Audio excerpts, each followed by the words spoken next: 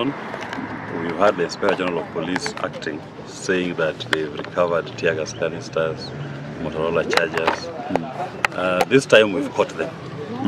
We have CCTV footage capturing police officers planting tear gas canisters and those paraphernalia they're claiming on the motor vehicle that they towed out of the gate. This is the operation. This time we'll meet them in court and we have the evidence on CCTV and we're going to share it liberally to all and even to a court of law.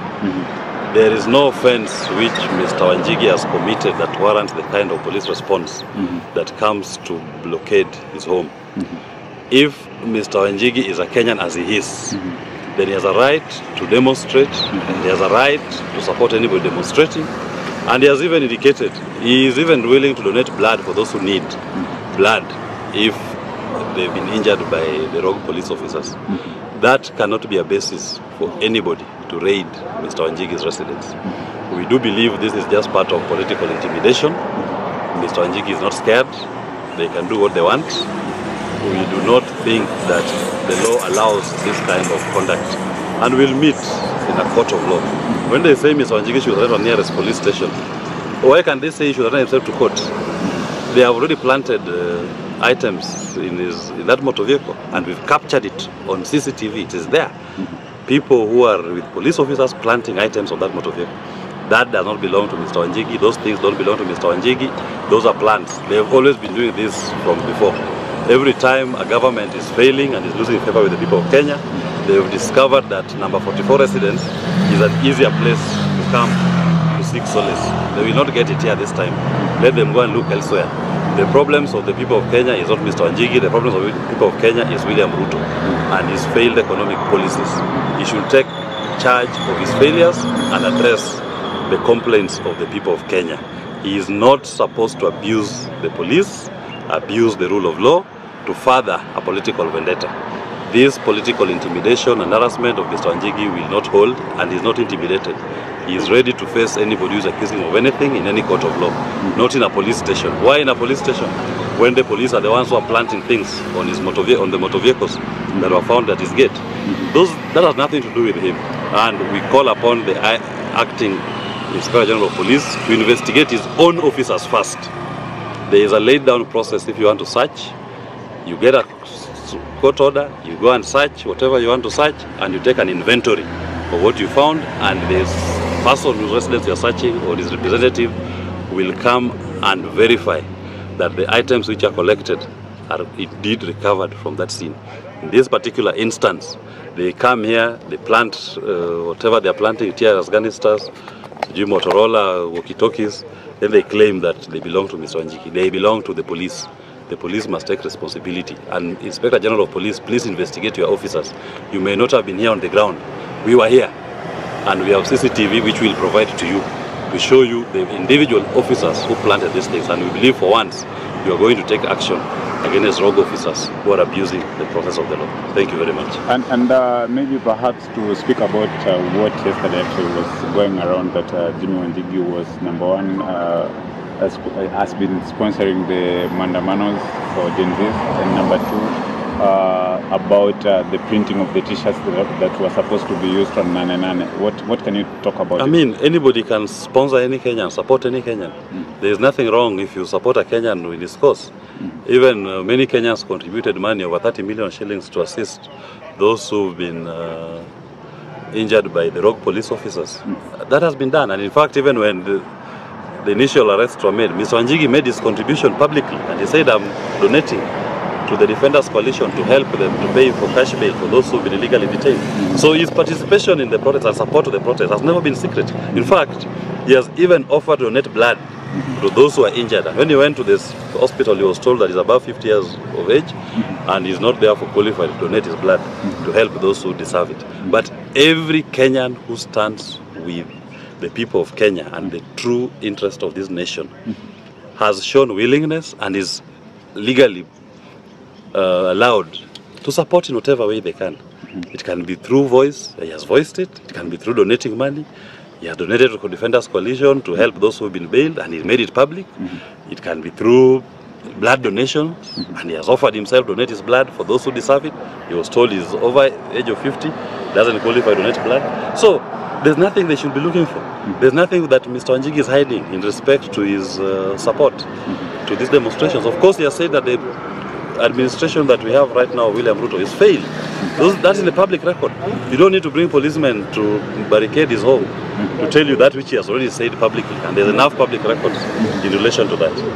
Yes. I mean, what can you say about today's act in terms of we saw over enough policemen here? What can you say about? At one point, there were over 100 police officers barricading this gate, and just to arrest one person. In fact, Mr. Wanjigi had gone out to join demonstrators to demonstrate, to just see what is happening. And the police chased him all the way to his residence. They don't have any court order to allow them to enter his residence. They have no court order in relation to him. What do they want from him? I said, every time a government is failing, and if you want to know a government has failed, you'll find them sending police officers at number 44 residence to harass Mr. Wanjigi. That is their template. Even when Uhuru was failing, they were here. This one also has failed. They are here. That is what they do. But as I say, we are not intimidated. They can do whatever they want, but the rule of law must be held supreme. And perhaps you as Wakili, and also we know that you're a staunch politician in this country. What can you say about the protests that are going on? Of course, I support the protests. Gen Z have a right to protest. It is in their constitution. The people of Kenya have taken their sovereignty. It is in their hands.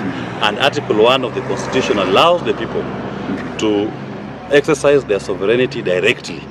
And the same Constitution, Article 37, allows Kenyans to demonstrate and to picket peaceably and unarmed. And when they demonstrate, you don't have to like the message that they're sending in the demonstration. You just have to respect their right to demonstrate.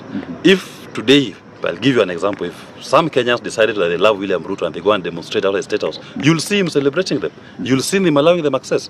How comes those don't like him? Those don't like his policies. He has a problem with them when they express their displeasure with the manner in which he's running this country.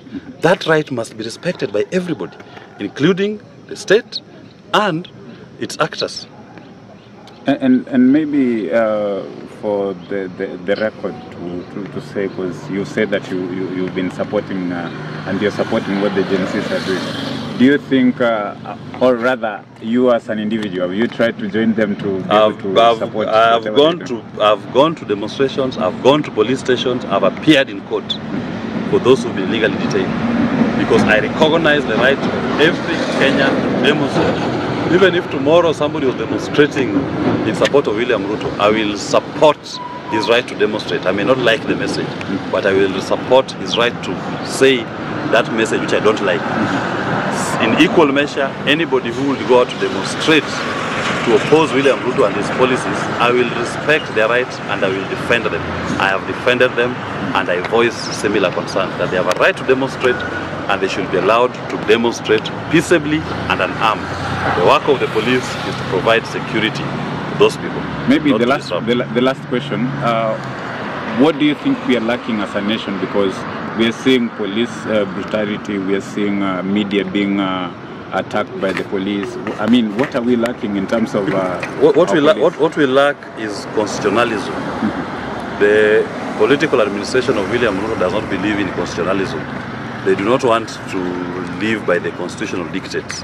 They want to cherry pick certain provisions of the constitution. The ones they like, they amplify. The ones that they don't like, they don't want to subjugate. You've seen the attack on the media. Do you think that the media is at war with them? All the media is doing is just to capture on camera what is happening. The media don't have a say or even a stand on the issue why people are demonstrating. Their duty is just to record and to relay the information as it truly happened. Why are they now becoming the subject of attack when William Ruto and his people don't like the message that the media is sending out? So we must accept as a nation that we are either a nation of the rule of law and you respect everybody's rights, you respect everybody's job, or we are a nation in the state of the jungle that the law does not count. The law only counts when it favors William Ruto and his acolytes. Thank you so much. Thank you. So as we wind up, do you think now the police surrounding Honorable Jimi Wanjigi'S residence is out of political insecurities and not criminal activities? This is purely politics. This is purely politics. There is no security threat that Mr. Wanjigi poses to anybody. He is a law-abiding citizen, and he is entitled to the rights in the Bill of Rights in the Constitution, so as any other Kenyan. The presence of these police officers, when you ask them what they want, they are not even able to tell you what they want. They are not even able to tell you what it is they are doing outside here. They are trespassing into private property. They need to respect the right of the people who are in this house, in this home, to enter and to leave that residence. Thank you. Thank you.